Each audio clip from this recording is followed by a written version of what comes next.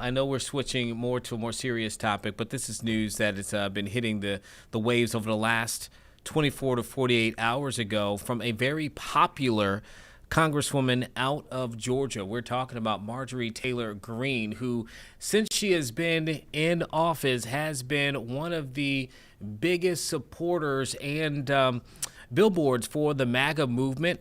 Definitely has been a supporter of President Trump.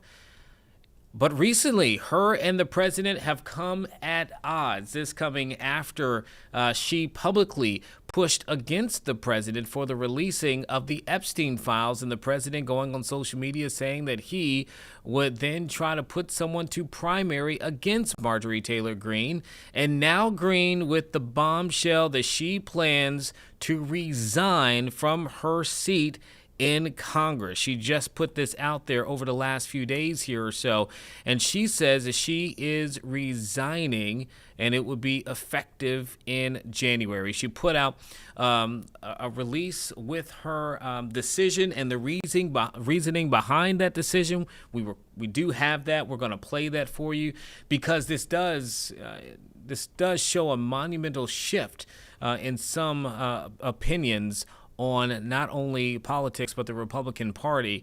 So let's go ahead and play that, Sarah, as her reason why she says she will resign from her seat in Congress.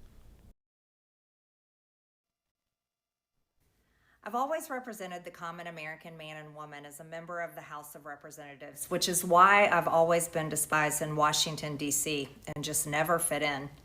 Americans are used by the political industrial complex of both political parties, election cycle after election cycle, in order to elect whichever side can convince Americans to hate the other side more.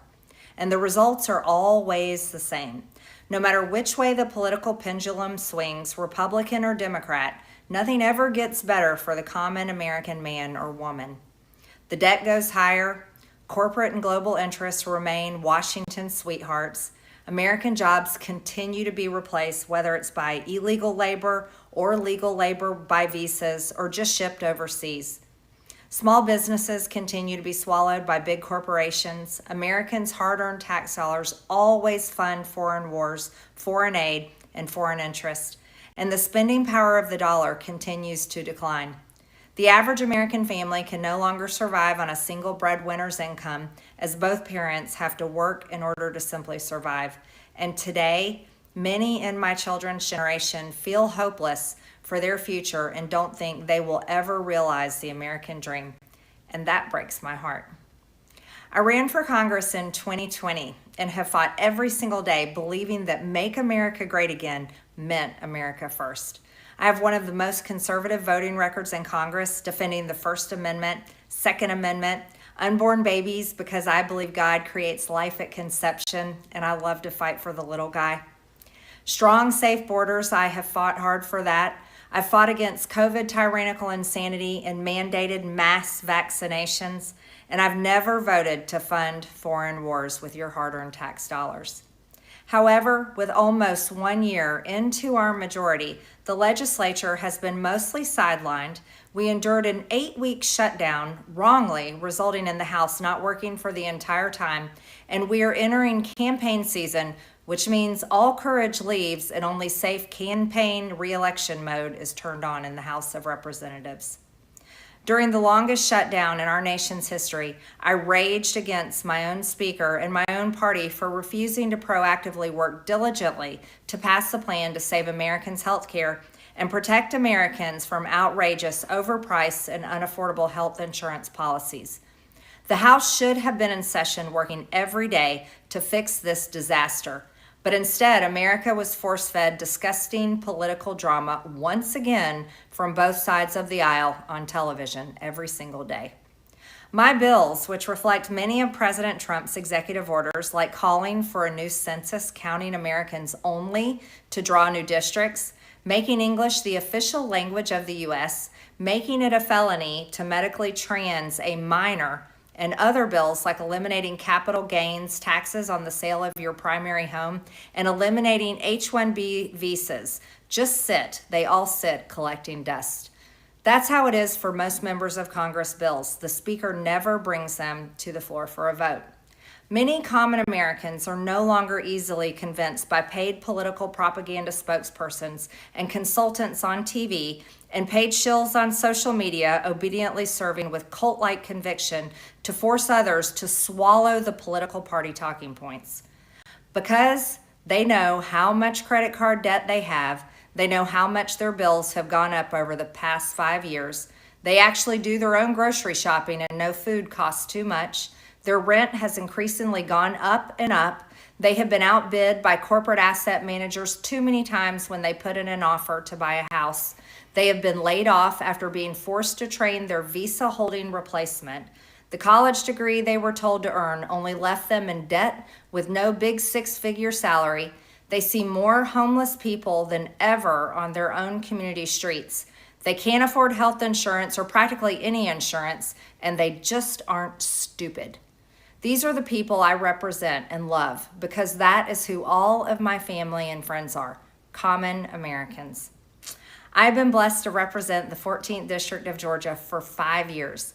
The district is filled with some of the most wonderful, kind-hearted, God-fearing, patriotic, hardworking people you will ever meet. Good, regular, common Americans.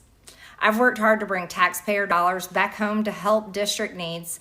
I impeached Biden's Secretary of Homeland after watching my constituents die as he facilitated dangerous open border invasion into America. And I led the effort to defund hard-left politically biased NPR and PBS and the corrupt USAID, and I did that as chair of the DOJ subcommittee. I have fought harder than almost any other elected Republican to elect Donald Trump and Republicans to power. I traveled the country for years. I spent millions of my own money. I missed precious time with my family that I can never get back. And I showed up in places like outside the New York courthouse in Collect Pond Park against a raging leftist mob as Trump faced Democrat lawfare. Meanwhile, most of the establishment Republicans who secretly hate him and who stabbed him in the back and never defended him against anything have all been welcomed in right after the election. And I will never forget the day I had to leave my mother's side as my father had brain surgery to remove cancerous tumors in order to fly to Washington, D.C. to defend President Trump and vote no against the Democrats' second impeachment in 2021.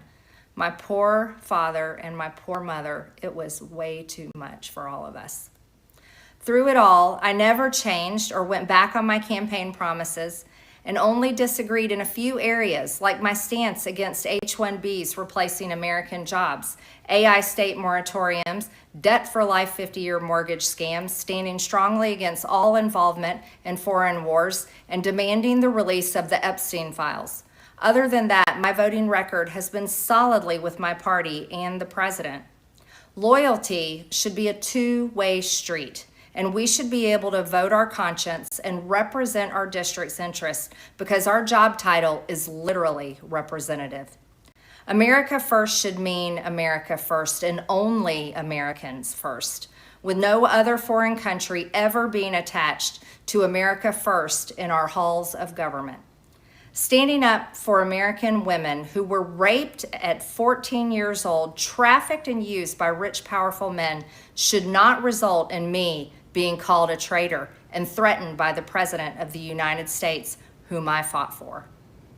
However, while yes, hurtful, my heart remains filled with joy, my life is filled with happiness, and my true convictions remain unchanged because my self-worth is not defined by a man, but instead by God who created everything in existence. You see, I have never valued power, titles, or attention in spite of all the wrong assumptions about me. I do not cling to those things because they are meaningless and empty traps that hold too many people in Washington. I believe in term limits and do not think Congress should be a lifelong career or an assisted living facility. My only goal and desire has ever been to hold the Republican Party accountable for the promises it makes to the American people and put America first.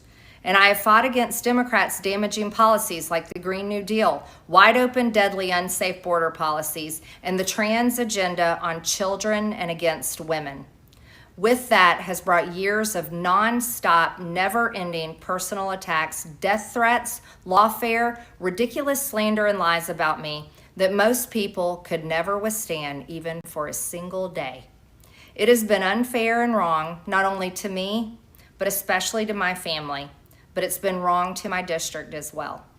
I have too much self-respect and dignity. I love my family way too much, and I do not want my sweet district to have to endure a hurtful and hateful primary against me by the president that we all fought for, only to fight and win my election while Republicans will likely lose the midterms, and in turn be expected to defend the president against impeachment after he hatefully dumped tens of millions of dollars against me and tried to destroy me. It's all so absurd and completely unserious. I refuse to be a battered wife, hoping it all goes away and gets better. If I am cast aside by the president and the MAGA political machine and replaced by neocons, big pharma, big tech, military-industrial war complex, foreign leaders, and the elite donor class that can never ever relate to real Americans, then many common Americans have been cast aside and replaced as well. There is no plan to save the world or a 4D chess game being played. When common American people realize and understand that the political industrial complex of both parties is ripping this country apart, that not one elected leader like me is able to stop Washington's machine from gradually destroying our country, and instead the reality is that they, common Americans, the people, possess the real power over Washington, then I'll be here by their side to rebuild it. Until then, I'm going back to the people that I love, to live my life to the fullest as I always have, and I look forward to a new path ahead. I'll be resigning from office with my last day being January 5th, 2026, and I look forward to seeing many of you again sometime in the future. May God bless you all, and may God bless America. So you can hear it from her. That's Marjorie Taylor Greene announcing why she is choosing to resign from her post in Congress there in Georgia. This will take place in January, she says, on January 5th, 2026. And this comes only a week after the president said that he would withdraw his support from Greene and that he would support a challenger against her in that seat. Now we hear that Greene is choosing to resign and step away. She's been in that seat for about 4 years now, since 2021, and has been one of the president's fiercest supporters over the last several years. Been one of the big players when it comes to the MAGA movement over the last several years. But in the last few months, there have been some moments in which she has pushed back and disagreed with the president. Most notably, as of late, it is with the release of the Epstein files. She was one of the Republicans who really took a stance to say we needed to get the vote to get the leading vote to get a major vote that was done to force the DOJ to release all of the files, and that did not sit well with the president and Marjorie Taylor Greene, going on many different news broadcasts over the last few weeks and publicly speaking about why she disagreed with the stance not to release those files, and why she says she stood with the women who had accused and said they were victims of Jeffrey Epstein. And she stood her ground in that for that vote, which we know now that particular bill passed in both the House and in the Senate. But it does appear, and the president putting that into law, and it does appear that now that does leave Greene on the outskirts of her biggest ally for years, which was the president. And she is now choosing to step away rather than, you heard her say there, go through a primary or go through being challenged in that seat. Now, it's interesting. ABC News did reach out to the president, and Rachel Scott reported that the president said that Greene's resignation is, quote, great news for the country, that he has no plans to speak with her and wishes her well.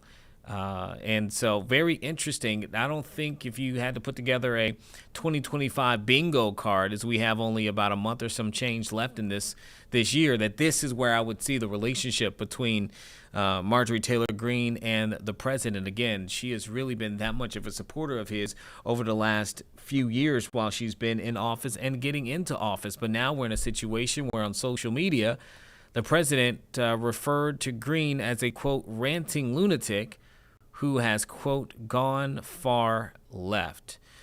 So it will be interesting if this has any kind of greater ripple effect in politics there, and particularly for the movement that Greene has been such a staunch supporter of. I'm talking about the MAGA movement there too, and to see what this actually looks like now for that seat in Georgia, when again the race to try to secure seats in the U.S. House has really picked up, with all of these states now taking the president's directive to change the chessboard, so to speak, to change the number of seats that the Republican Party can potentially have. And then you see Democrats who have changed their congressional maps, attempting to at this point, so that they can counteract what Republicans are doing in states like Texas and Missouri. So this is certainly going to be something we'll pay attention to as we get closer to the midterms next year. But again, that is huge, particularly with her influence within that movement there in Congress and all of D.C. So wanted to be able to hear from her words in that.